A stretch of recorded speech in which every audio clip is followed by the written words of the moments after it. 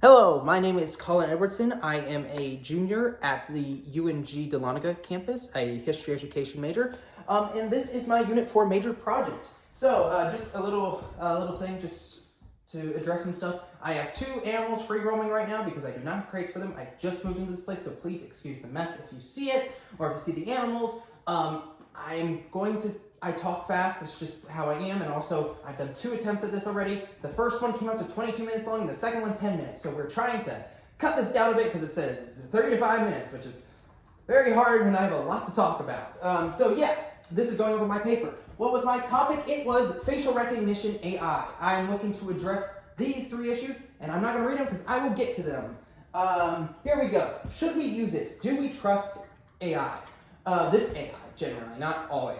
Because that's too big of a topic. So yes and no. The pros: it removes human bias, statistics above all, helpful for daily tasks and studies. Cons: it lacks emotion, simplifies emotion into movements, owned by big companies. It's owned by Google and Amazon have the biggest ones right now. But as you can see up here, this is how it tracks your motion. This is how it's done. It tracks your movements. It categorizes it into 6 emotions: happiness, sadness, surprise, disgust, anger, shock, I think, and there's another one. It might be surprise, but I think shock and surprise are too similar. So it might be depression too. I'm not sure.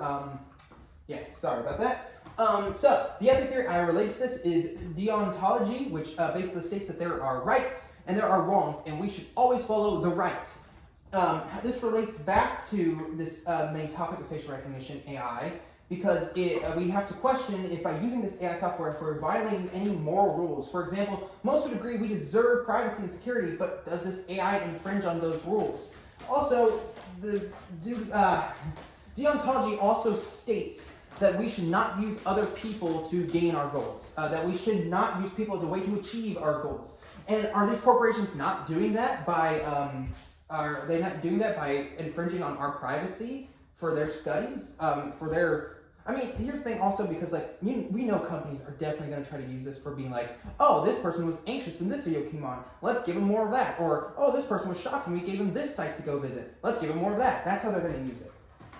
That's not ethical though, I don't agree with that. Cultural perspective. There is a cultural clash of big companies using this AI and how the public culture is reacting to it. The public are questioning the ethics of big companies, which has led to these companies to try and address these issues by either adding human oversight or ethics-based program into the technology. What good can come from facial recognition AI? So medical uses include pain and emotion level. I have quotes on these. If you want to stop the video and read them, I would love that, but I do not have the time to go through all that. So let's go. Facial surgery prep. This is awesome. It can basically, if you hurt your face in any way and need to fix it, it can scan your face and help you fix it digitally, and AI generate your face. Stop that, YouTube. Okay, I'm sorry about that. Helps identify certain disorders. So daily life, this can include higher security and identification practices, and legally, it can help identify identification methods such as it's useful in policing and immigration tendencies. Please put your tail down. Ethics theory I relate this back to is utilitarianism, which basically states that you should always do what's good for the greatest good. And that's the question that comes with this, because what good can come from facial recognition AI? And are the pros, do they outweigh the cons? That's the question, is it the greater good? It's very interesting. It could help more people than hurt. However, the consequences of this technology are in privacy, which many people are big on having a lot of. For example, people believe their phones are spying on them. What do you think they're going to think when people say that their phones are watching them as well? Cultural perspective. Places such as the US, UK, and Australia are implementing these features into policing, which is very much a hotted, debated topic right now. As you can see, the process is down here. Many cultures are mixed on how they feel about this. What is the impact on outside factors?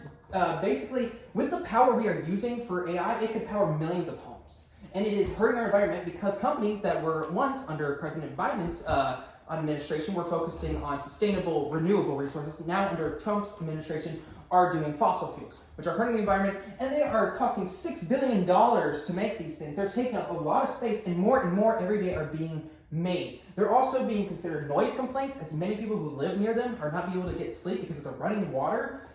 So it's disturbing the peace. I brought this back to virtue theory, because what are the big companies who are doing this, are they doing it because they think it's good, or are they doing it because of profit? I think going for money is not profitable. There is a difference between being greedy, being needy, and in the middle being prosperous, as I would call the middle ground of that. Yeah, and that relates back to virtual theory. Cultural perspective, this again is big company versus little company. They are fighting it out as the big company clearly does not have the little company in mind and clearly has the bottom line in mind. Okay, this gets back to where in the world is everyone's views on this technology. So in China and Korea, they are using a lot of security measures as they're not too big on letting people have all personal freedoms, and especially using it on policing and immigration tactics of all things, which is interesting. Canada has banned it. UK is working on banning it, but we'll see how that goes. Honestly, the US has it mostly open, but you would be surprised. San Francisco and California have banned it. And places such as Germany, India, and Israel also use this technology. Here's all my sources, so I'll just go over a few of them because I don't think I have time to go over all of them. These two, Utilitarianism, Chapter 2, The Elements of Moral Philosophy, those are from a textbook that defines utilitarianism, and that defines why cultural relativism is wrong because it was a comeback against the other article we read. Communities pay the price for free tool, that's where I got the environmental problems from. Enhance improving factors emotion recognition, that explains how and why facial recognition AI is used. The ethical applications of biometric facial recognition technology, how facial recognition AI is being used and incorporated in cultures. These three are where I got all my cultural perspective.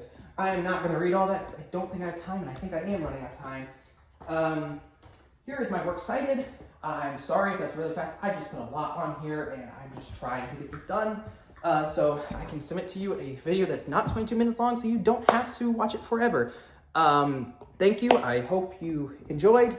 Sorry that this was so fast. Sorry about the dogs, but this is just the life I live right now, so I hope this is all right. Thank you.